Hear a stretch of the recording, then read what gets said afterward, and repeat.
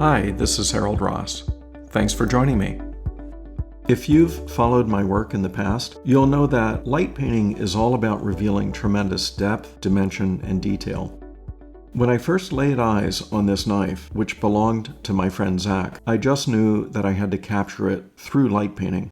Light painting, combined with my sculptural masking techniques, when executed well, enables us to elevate the simple form of a subject to an extraordinary degree. It's akin to painting and sculpture, but instead of using paint and sculpting materials, we manipulate and control light in photography to achieve a very three-dimensional effect. This concept primarily applies to three-dimensional shapes, but we can also photograph flat objects, which are generally uninteresting, and we can, through good lighting and editing, make them more impactful as well. Here is a quick look at how I edited the image using my sculptural masking techniques. Here, I'm beginning to work on the handle. What captivated me about this subject was the severe damage to the handle, which was then repaired by the owner using a piece of wire. It seems that in today's world, we tend to replace items like this rather than repair them. You may already be aware that I hold immense respect for the individuals who crafted and used these tools, making things with their bare hands. Therefore, for me, this piece of wire is the most important part of this photograph. Here, I'm enhancing the shape of the wood handle above the repair. Good lighting, of course, is crucial in revealing details and volume, but sculptural masking, combined with that exceptional lighting, results in a truly dimensional result. This area is actually somewhat spherical, but it's slightly elongated. Consequently, I'm employing a masking technique which I call the pinwheel method. I provide comprehensive instructions on these methods, and my students receive masking practice files in order to develop the necessary muscle memory. It's a little challenging, but it just takes a little practice. I do try to emphasize with my students that simplicity is always best, and this goes for everything: equipment, subject matter, composition, lighting techniques, and editing techniques. I think that keeping things simple allows us to tap into our own creativity. If things get too complex, I think creativity takes a back seat. I actually shot a separate capture, which was skimming the light across the crack in the wood. This allowed me to mask that detail in, ensuring that the viewer understood what was happening there.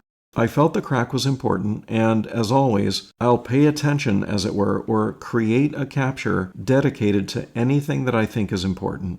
In my course, I refer to these details as features, and we can use certain workflow techniques to gain complete control over these areas. Here, at the lower part of the handle, we see more of a cylindrical shape, so I'm using the cylindrical masking technique that I teach. These masking techniques are all very codified and easy to learn and just require some practice. Surprisingly, there are only a handful of shapes in the world that we have to think about, and so there are only a handful of masking practices that you need to learn. And because there are so few shapes in the world that we need to think about, the lighting is rather simple as well. Light painting requires movement of the light, and there are really only 3 ways that we need to move the light. Other than that, we just need to have the distance and the angle of light appropriate for the subject.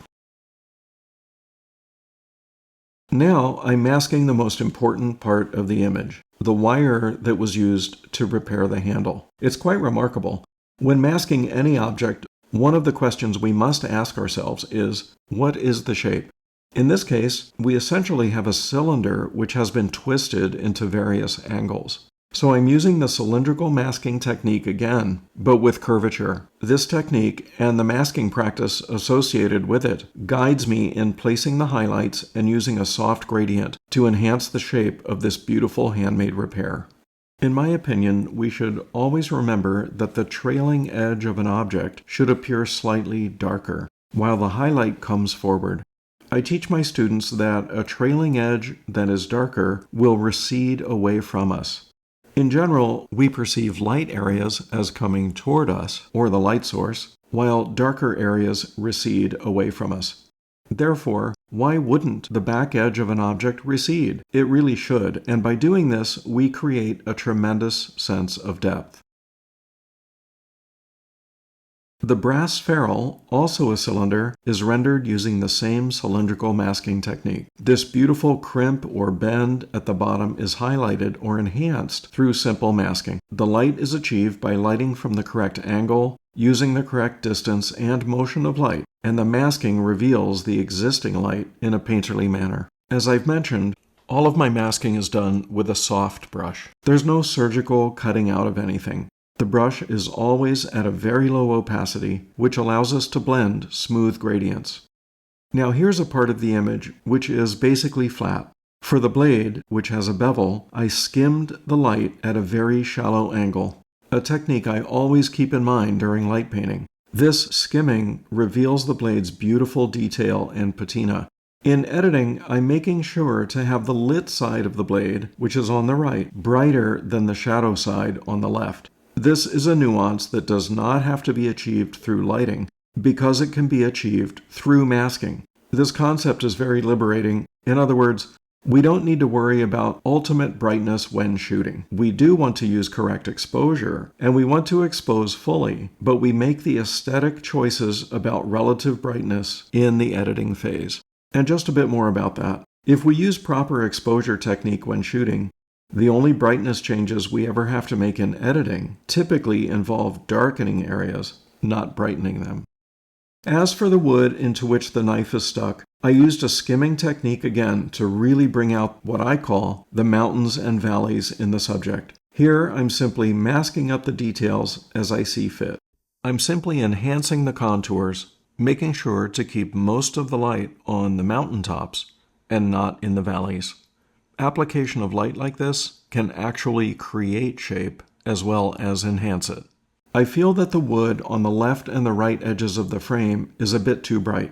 I believe that bright areas should not typically exit the frame of an image. It's distracting and actually diminishes the illusion of depth. One might be tempted to leave those areas darker by not masking them up as much. And you could do that, but it's actually a much better technique to use a levels adjustment layer and then mask that in to reduce their brightness. This approach maintains the structure and color of that area. Conversely, using masking or opacity to darken it will diminish the structure and color. So here we can see that the presence of the levels adjustment layer reduces the distraction caused by the brighter edges at the frame. When I was working on the background, I noticed that the original background was a bit too saturated and possibly too bright. So I masked it, giving some shape to the light. I darkened it slightly and adjusted the color a bit. I firmly believe that the background should remain in the background and should not try to steal attention from the main subject. And here's the final image. In order to create a little bit more depth, I've also added a shadow to the background. It's a simple image, but I believe it has significant impact. This is what I absolutely love about my process. Even the simplest and seemingly mundane subjects can be incredibly beautiful. I'd like to emphasize that both the photography and editing are step-by-step processes. Everything is relatively straightforward because I've codified each step of that process in my foundation course.